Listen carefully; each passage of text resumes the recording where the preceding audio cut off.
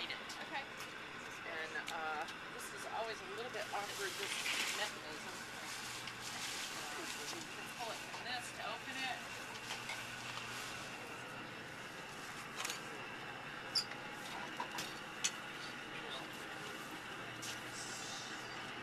Oh, get that can of oil over there.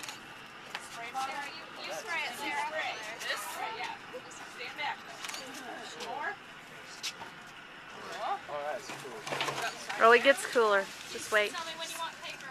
I will. Uh-oh. That one didn't break.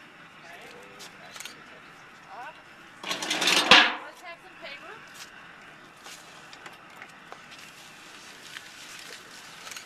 They won't drop any of these and break them. So cool.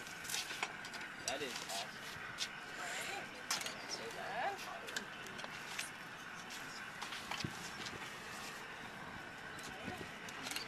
Go, Sarah. This on there. And the last piece. Simple Okay. things. Paper. Big old chunk of this. Burn my hair. You're on the wrong side.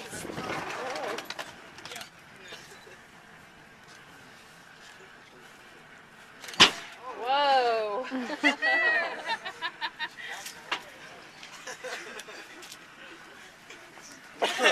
You must gusty today. Smells like barbecue. All right, so we can talk a little bit about here, right? Scoot you over just a little bit. You're fine. Do you want to start? Sure. So, as I said, this is Professor DeMay. She's visiting from Vanderbilt. She's been doing Raku firings for 25 30 years. Yeah, a long years or time. so. So, this is actually our Raku kiln. We're really lucky to have this. I've just not used it and fired it here at JPII, so I wanted to collaborate with Professor DeMay so that I become more comfortable with this and I can do this, every year, at least once a year, maybe even 2 or 3 times a year. It's obviously an all-day process. You have to have a nice day, to do it. And I would like for Professor DeMay to explain a little bit about the Raku process. You are not using this clay in this class. This is a Raku body. It has more grog in it. It makes it stronger, and it can withstand the thermal shock that happens when you take something out when it's that hot and put it into the combustible materials. Okay, and this is also Raku glaze. So if you take intermediate 3D, you'll be exposed to this way of working. Okay, so the myth is, it's want not here? recorded how Raku was developed, but there's a myth around it that there was a natural disaster in Japan, and it was an earthquake, and so all of the buildings shook and collapsed, and the roof tiles were made out of ceramic cylinders that had been cut in half and then stacked so that the water flowed down that stacked slope of cylinders. And so what they did is they mass-produced roof tile, and they eliminated the cooling part of the cycle. Usually with a firing, you put the piece in the kiln, you gradually increase the temperature, you reach temperature, and then you let it cool for a day or two. But with Raku, when it gets orange-red inside, you open up the kiln just like we did, and you pull the pieces out, and they probably had huge mounds of sawdust or leaves or something, and they just threw them on those piles. And so some ceramic artist said, oh, hey, that's a cool effect. I'm going to take that back to the studio and develop that.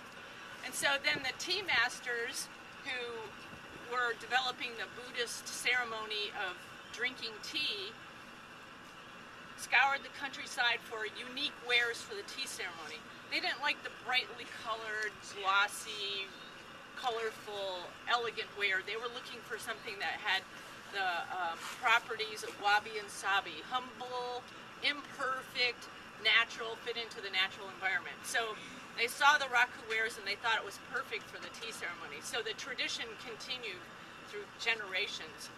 And then in the 50s, a Japanese potter by the name of Shoji Hamada and an English potter by the name of Bernard Leach and an American potter who's still alive toured the whole United States and went to many, many college-level ceramics programs and introduced the process of raku. So now the American ceramicists have carried on that tradition of raku firing, and they have their own like special flavor of raku. And so the raku, you can use many different glazes. We have this luster, and we have a couple of mats too. And the main ingredient in the luster is copper carbonate.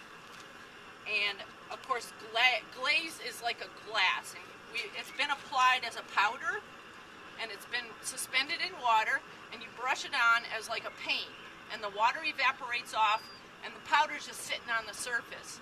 So when you fire the raku kiln, the glaze, which is glass, melts, and it sinks into the porous clay body and interfaces with the clay to create a skin of glaze on the surface. And we put a high concentration of copper carbonate in the glaze, and copper carbonate responds to the atmosphere in the kiln and also the burning. So you get these interesting flash marks. And on these pieces we use some calligraphy, tying it to the blood and ink show. And where the wax was applied, it creates raw clay. And so that is how you get the distinction between the calligraphy and the glaze. And so on the back you can see that the raw clay also has black, and you see some of the clay color where the burning is like spotty. Do you want to say anything else? No, I was just going to say, we haven't used wax resist, but you can see